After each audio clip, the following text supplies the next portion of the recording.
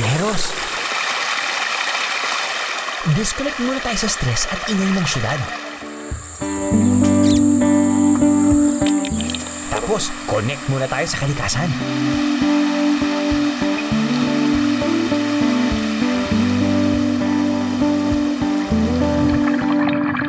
At kultura. Yan ang tinatawag namin na lugbak. Okay. O lugbak o piring.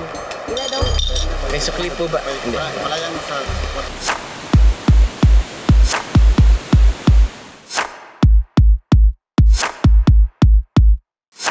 Sa Tuliguri ang City of Majestic Waterfalls, Iligan. Kikilalanin natin ang mga Iliganon na game sa lahat ng adventure.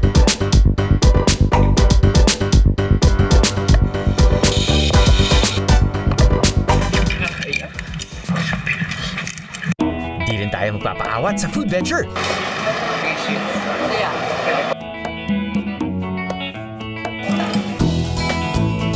Malakas yung lasa. Pero nakaka-addict. Alam mo yung pawis, siguro malamang tagagtak na yung pawis ko dito. Ang sarap! Alamin kung bakit sagrado ang kalikasan para sa kanila. Kasi yung mga higaw nun, wala kaming simbahan. Nagsasamba kami sa puno, bato, at saka yung sa tubig. At subukan natin ang kanilang mga sinaunang kinagawian.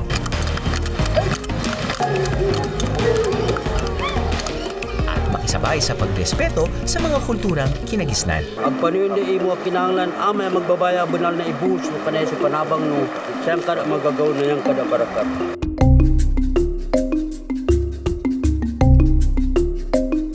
Nature, culture, and adventure. Here we go, Iligan!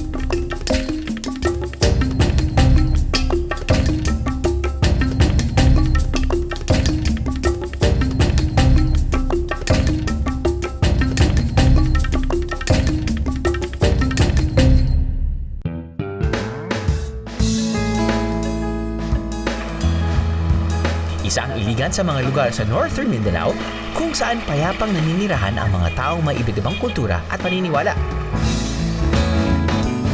Ang mga Kristiyano, Muslim at mga katutubo. Kasi these are mix of cultures here. Pero sa makikita nyo, nag-top pa rin tayo sa peace and order situation.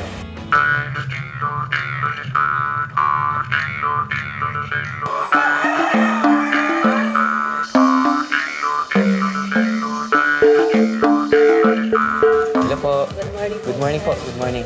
The Sikyop is agri-tourism cooperative. Tribe people, Higaonon, Maranao, and Christian. The land areas is 35,000 hectares, composed of ancestral domain, of IP ancestral domain. Para sa isang authentic Higaonon experience, pwede niyong dayuin ang Sikyop Rogonon Iligan. Hanggang ngayon, ang mga katutubong Higaonon ay naninirahan pa rin sa kabundukan. Malapit sa mga puno, ilog at kanilang mga pananim.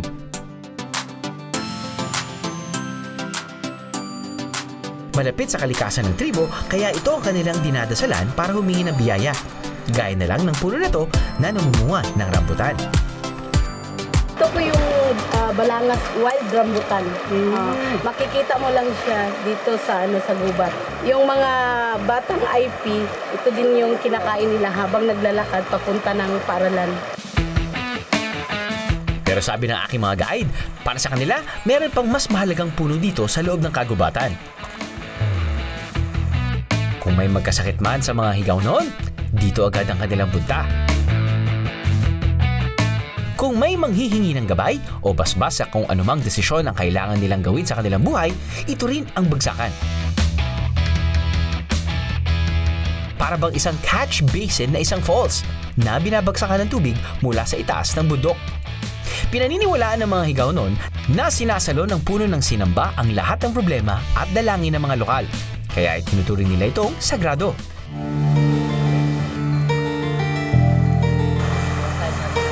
Andito po tayo, sir, sa Sinamba Tree. Kasi yung mga Higaonon, wala kaming simbahan. Yung nag-ano lang kami nagsasamba kami sa Puno. bato, at saka yung sa tubig. Naniniwala kami na andyan yung magbabaya, yung tinatawag namin na magbabaya. Kaya dito ginagawa namin yung ritual fiesta ng mga higaunon once a year. Kasi dito sa amin yung ancestral domain kasi ito. Opo. Yung tradition and belief ng mga higaunon nag-preserve pa rin namin. Sige po. Mama, ila daw. May sukli po ba? Hindi, naman.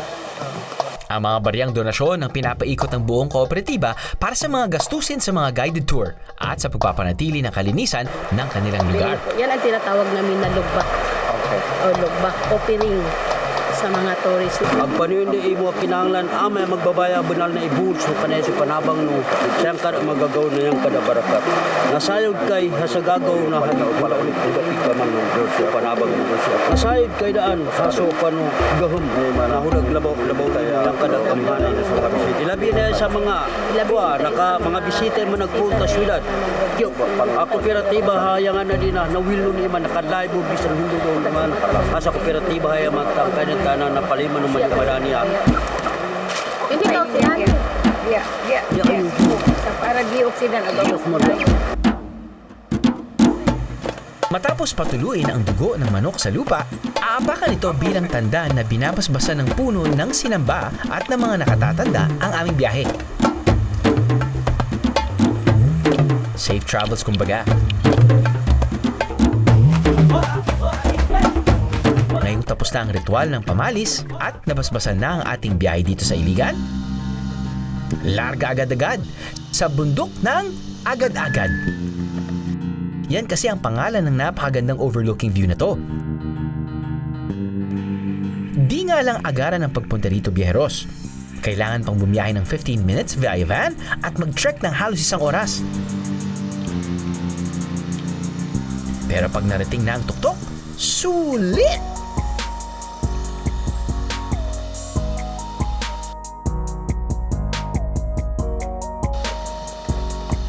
Just look at that beautiful view of Iligan City. Wow!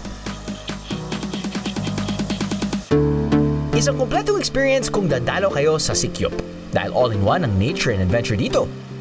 Guide ka pa ng locals, gaya ng mga higaw noon, na alam ang bawat sulok ng bundok, sapa, kuweba at mga ilog rito. Kaya ang mga turista, diretso na sa Sikyop Adventure. Matapos ang 30 to 40 minute trek paakyat ng bundok at papasok sa kuweba,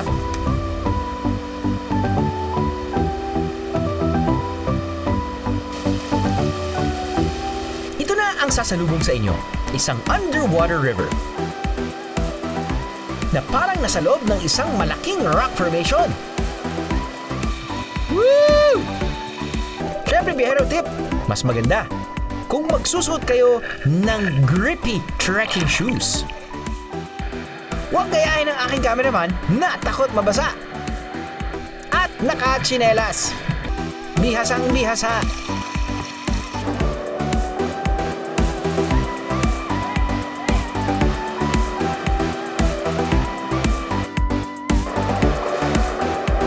Wow! Ito na yung culminating activity ng ating 4-hour adventure dito sa Sikyop. It is mid-August. Rainy season, yes. Pero yung tubig, dito na siguro sa taas ng binti nyo.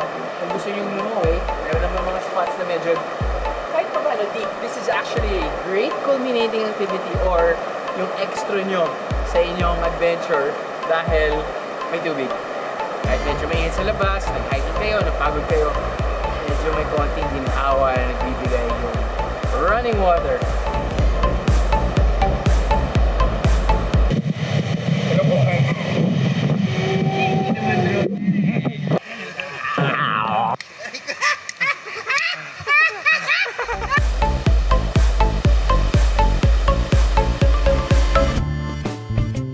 Para naman sa di kaya sumabay sa adventure ng Sikyop at gusto lang mag-staycation, hindi ganun kahirap ang maghanap ng matitirhan.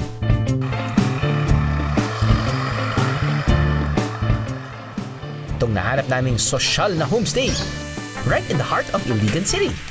Hi, BNB Cribs. This is our crib here in Iligan City. As you can see, the producer namin ay nagdidilig 70% of the time. we just plant the trees. Just water the plants and just internalize. We're paying 7,500 a night. It's good for 10 packs. Kasama na dyan breakfast. Si Jeff naman, busy sa shotlist. Pumasok na tayo sa living room kung hindi nyo na-notice. Tapos ito naman yung dining area. Kasama natin yung masisipag nating local tourism office. Gagaling yan. Gagaling nga kumanta niyan eh. Sample! Lady! Yun lang. One word lang talaga. Punta tayo sa kanilang kitchen. Okay, nice. Guys, galing. Punta tayo sa mukhang banyo to. Alright! Ito yung common bathroom dito sa ground floor. At Ray. Ito yung kwarto ni Ray. Kwarto ni Ray. Yan.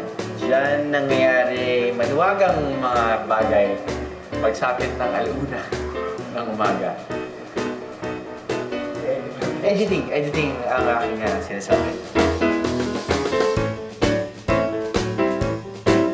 Merong tatlo! Wow! Merong tatlong kwarto! Wow! So akin pala yung pinakamalaking kwarto. Galing hindi lang yun, pinakamadaming tokador.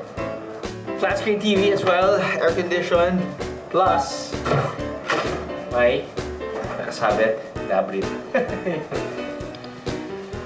As we walk outside my room, which is the master's bedroom, keep in mind that it's 7,500 pesos a night, good for 10 packs, inclusive of breakfast, and meron kang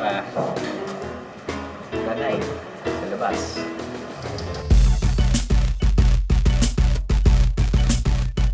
Alright, that's it, BND Cribs. Hope you enjoyed our homestay here in Iligan City. Back to you. Hindi pwedeng umuwi galing Iligan nang walang bitbit na pasalubong. At isa sa mga tried and tested na ang sarili nilang bersyon ng piyaya.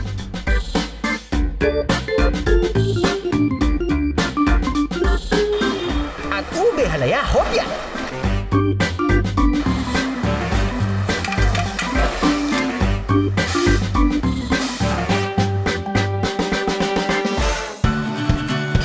Seven years ago, ako po ay bilang isang Police Community Relation Officer kasi connected po tayo sa PNP. So, nakita ko po na ang poverty, doon ang kahirapan sa community.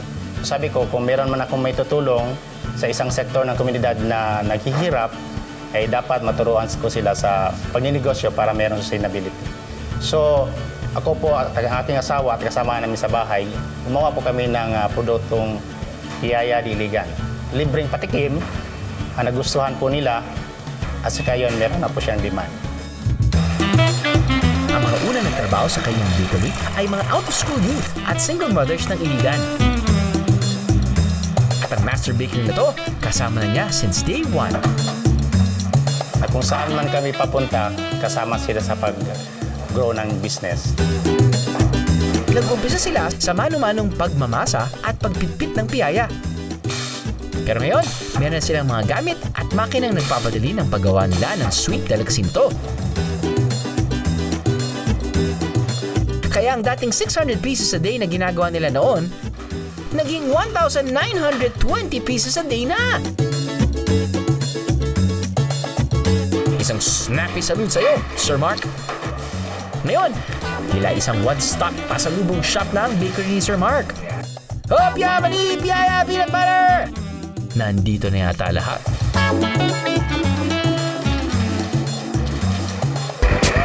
Hindi naubusan ng mga turista na pumupunta dito sa Iligan kasi hanggang ngayon, may mga pambato pa rin dito na hindi nalalaos.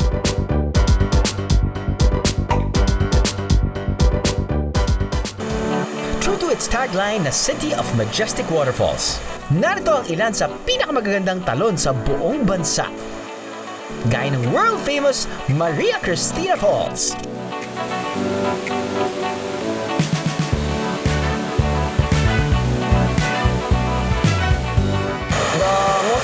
largest waterfalls in Iligan City is Maya Cristina Falls, the one who produces the hydroelectric power in the whole Mindanao, sir. Kaya naman pala todo-todo ang pagpapahalaga ng mga Iliganon sa mga falls gaya ng Maria Cristina.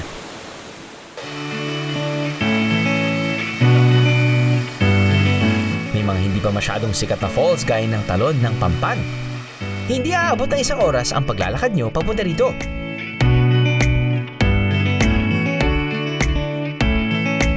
Tahimik. Perfect sa gusto lang mag-relax, magmuni-muni, at kumuha ng litrato. Sa bandang Pampang, pwedeng-pwedeng ito. Oh, nawalaan nyo na ba kung saan galing ang pangalan ng falls? Pampan, Pampang. Get it, Viajeros? Yeah! Kahit di marunong lumangoy, basta gustong magtampisaw, okay na okay.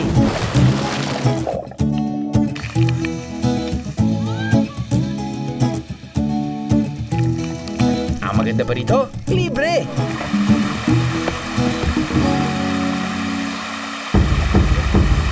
Kung may budget naman at gusto nyo ng mas adventurous na experience, may mas malakas na agos o kaya mas malapit sa paanan ng falls.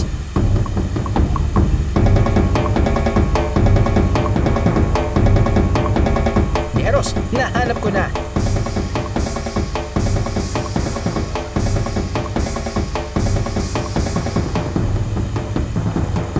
Ang Tinago Falls!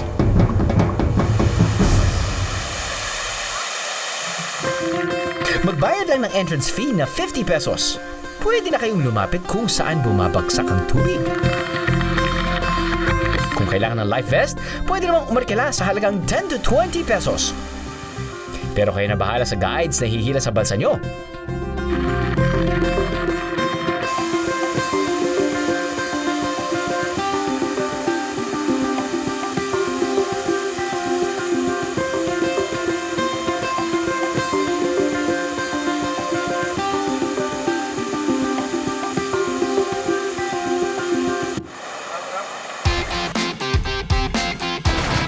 Ang paliligo sa malinis na mga sapa at ilog dito sa Iligan, gaya ng Lawis, ay isa sa mga kinagisnan ng mga higaw noon. Bukod sa ginagawa nila itong swimming pool or water playground, isa ito sa pinagkukunan nila ng malinis na tubig.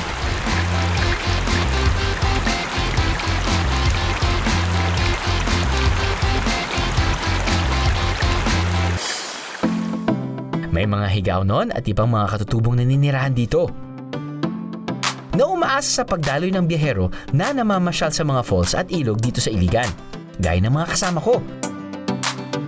Sila ang nagsisilbing tulay sa mga biyahero para makita ang mga kinagisnan na gawain ng mga katutubo. Kumikita sila ng kahit konti lang sa agriculture, napatrabaho namin sila. Tapos ngayon, nag-additional kami ng tourism, yun, nakadagdag sa kanila yung pangkabuhayan nila. Tapos doon, na-put up namin yung kooperatiba. At sila rin ang patuloy nag-aalaga sa kagandahan at katahimikan ng kanilang lugar, gaya nitong Sikyop. Ang Sikyop ay mula sa salitang higaw noon na ang ibig sabihin ay nakatago o hindi basta-basta napupuntahan. Nakapunta naman siguro kayo sa Sikyop or doon sa mga talon. Maganda kasi parang na-preserve yung environment. Yung mga tao kasi dito sa Iligan, mga disiplinado. Mahirap puntahan ang lugar na to, pero kapag narating nyo naman, ang matatagpuan nyong lugar ay tahimik, malinis at alagang-alaga. Mas mabuting kumuha ng guide para syempre hindi kayo mawala at malaman nyo kung ano ang do's and don'ts sa lugar na to.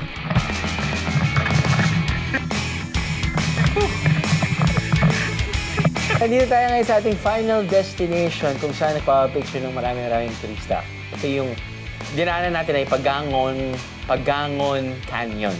Pagangon, from the root word pagang, na ibig sabihin ay rock formation. Ito raw yung kanilang favorite spot. Dahil pwede sila mag-picture-picture at makakakuha sila ng sandabakbak na likes at comments sa kanilang social media accounts. Masubukan niya. Malas na lang dahil wala masyadong ilaw. Well, kung walang ilaw, walang init. Kung walang init, malamig. At yun yung nararamdaman natin dito. Covered tayo ng mga bushes, ng trees, syempre ng mga rock formations, kaya hindi masyadong pumapasok dito yung init ng araw. Kaya medyo slightly may konting breeze. Pero in general, hindi siya mainit. Hindi rin naman siya sobrang lamig. Sakto lang. Feeling ko mga 23.5 degrees Celsius. Wala naman akong temperature. Oras lang tinitingnan ko. Kung magutom man, ending naman ng activity, ang kainan. At ang handa, galing sa paligid ng kabundukan. Di na puputol ang agos ng sustainable tourism dahil ang mga ingredients, fresh produce ng locals.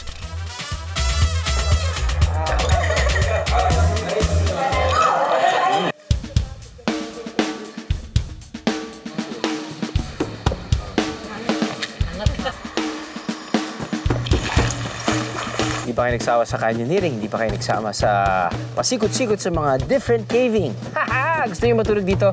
Walang problema. Hindi tayo ngayon sa Treetop Adventure. At dito sa Treetop Adventure, you can actually pay for $600. Good for 4. Rent out a cottage. Nga lang, walang kutsyon yun.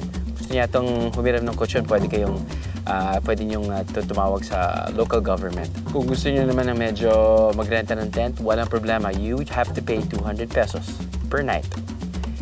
But then again, kung gusto niyo medyo mas luxurious, pwede kayong makitulog dito sa treetop, which is actually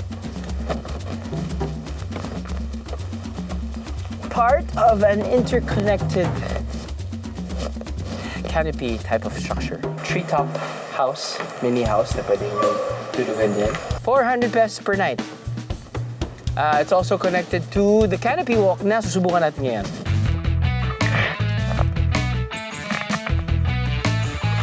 An adventure that takes us closer to nature. Ito yun, biheros.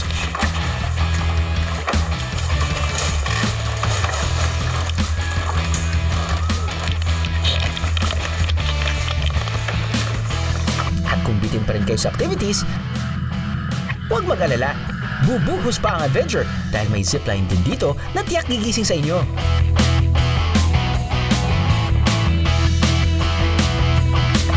Dahil iniingatan nila ang mga puno, walang pinutol sa mga to nang gawin itong activity area. Kahit ang mga pinagsabitan ng mga metal cord para sa zipline, tree-friendly. Great job, guys!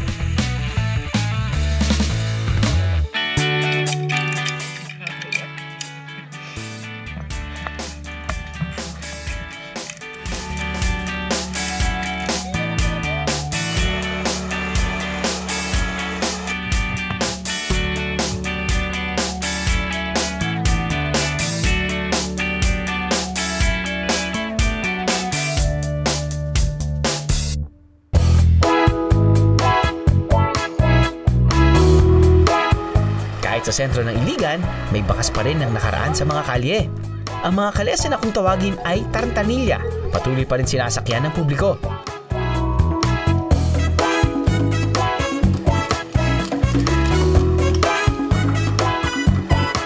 At kahit marami na ang maaring pagkakakitaan at pwede imaneho, pinili pa rin ni Nick Nick ang 18th century mode of transportation na to.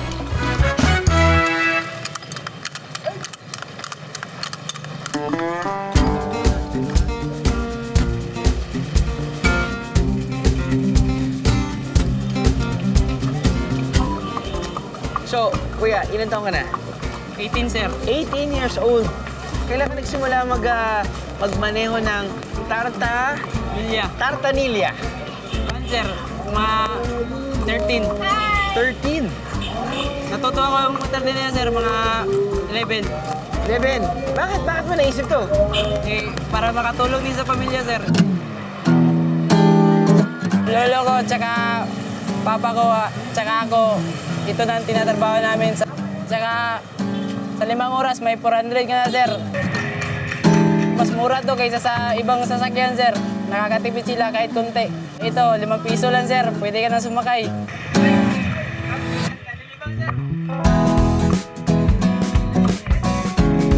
So buti pa raw ang kabayo kaysa sa motor. o ibang sasakyan dahil mas madali itong alagaan. Hindi na kailangan ng gas o engine maintenance.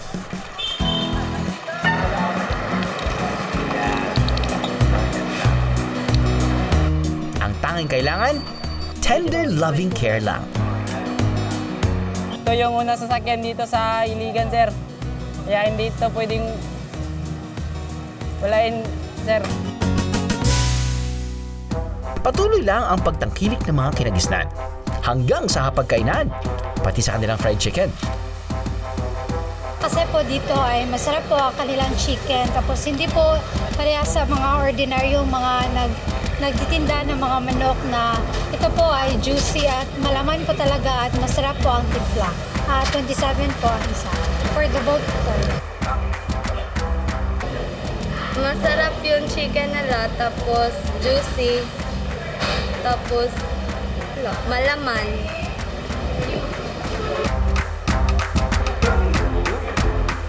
Tried po ng Mackey's yung chicken nila para po ma-compare po dati sa mga one of the leading fast food chains here in itong mga fried chicken, pero nothing compares po na Mackey po sa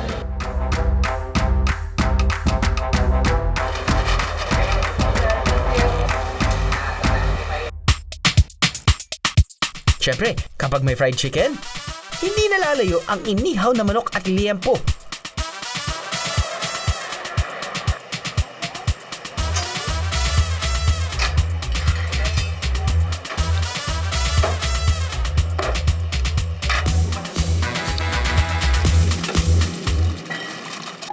Pwedeng kainin ito, boodle fight style. Sarap to the bones.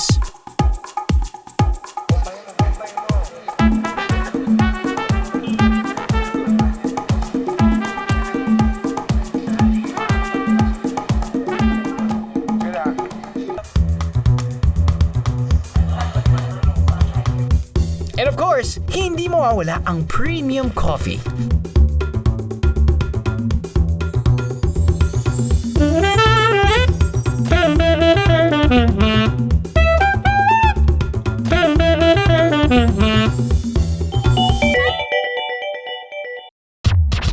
Partneran mo pa ng burger and fries. Pasok na pasok sa pagkabundat. Nagsimula ako, nag-start ako magbenta ng burger sa mga event like skate and surf event. Kaya sumusupport ako ng mga bata na nag-grow sa pag-skate. So I decided na mag-put up ng maliit na shop from upcycle material. Kinuha ko ng mga materialis sa junk shop. Ginawa kong ganito. And then hindi ko nakala, napapatok siya, tapos nagiging tourist spot na siya sa Iligan. Isang malupit na high five to you, sir, for using sustainable materials in your shop. You are a real BIA hero. Ayon sa City Tourism ng Iligan, mula sa mahigit 200,000 na tourist arrival nila noong 2014, umabot na ang pagpasok ng turista ng mahigit 300,000 simula noong February 2019. Hindi lang dahil sa mga nagagandahang waterfalls kaya dinadayo ng mga turista ang Iligan. Nariyan din ang mga pasyalang gaya nito. Pwedeng tumambay, magpahinga, mag-pose, magmuni-muni by the beach. And of course, watch the sunset. Name it, you can do it. At ang pinakapanalo, konti lang ang gastos.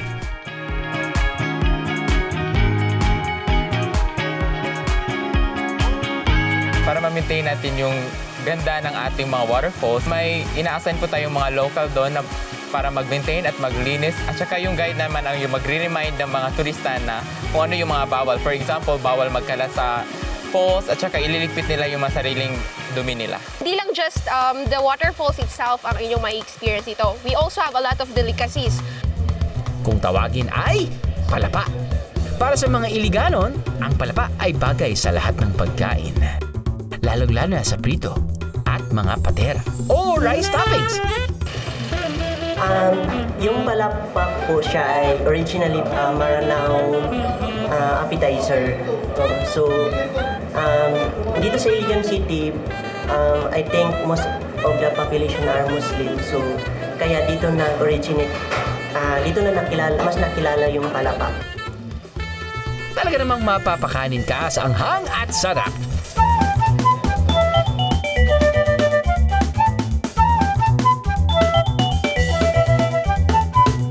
Yun!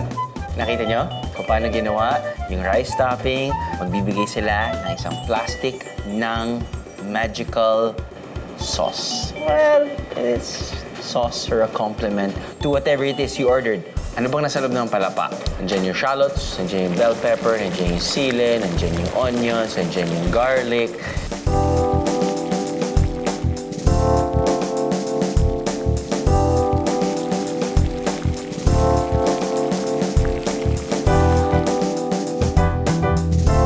Yung version ng palapa namin is ginawa namin siya ng paraan na ma-stabilize yung amoy niya, na parang malakas na amoy dahil sa shallots. Okay, so nakagawa kami ng paraan na yung amoy niya is masarap na siya.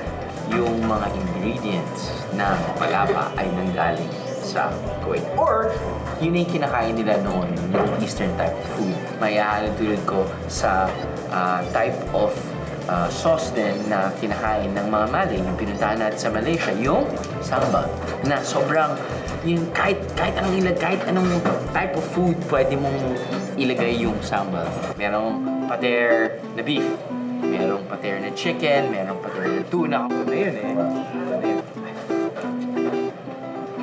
Okay, masarap na. May konting agad. Lagyan naman natin ngayon ng palapa.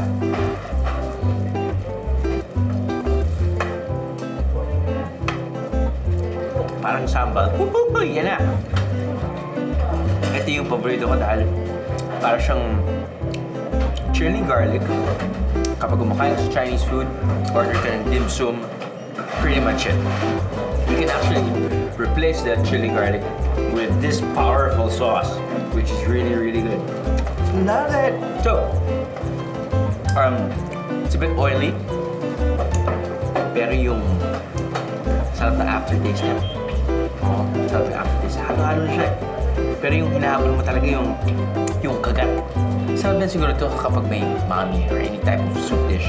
But let's try lumpiang Shanghai.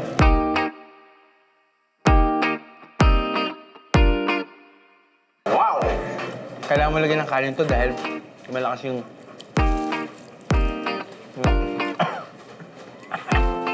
malakas yung lasa.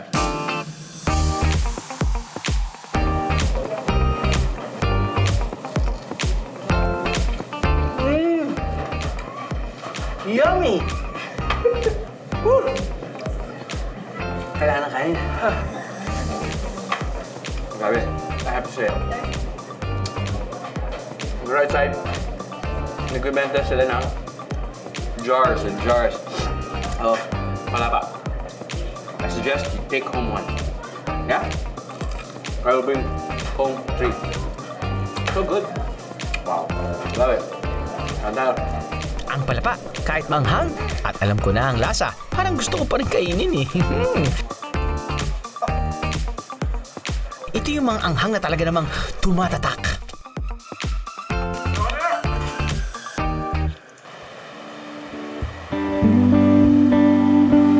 Pero bukod sa lasa ng palapa, tumatak sa akin ang kakaibang koneksyon ng Iliganon sa kalikasan. Talagang nakamamangha ang pagmamahal nila sa kapaligiran. Kitang-kita rin kung paano nilang alagaan ang kanilang kultura. There's progress, but they're still rooted in their culture. Nang dahil dito, mas naging makabuluhan ang aking biyahe.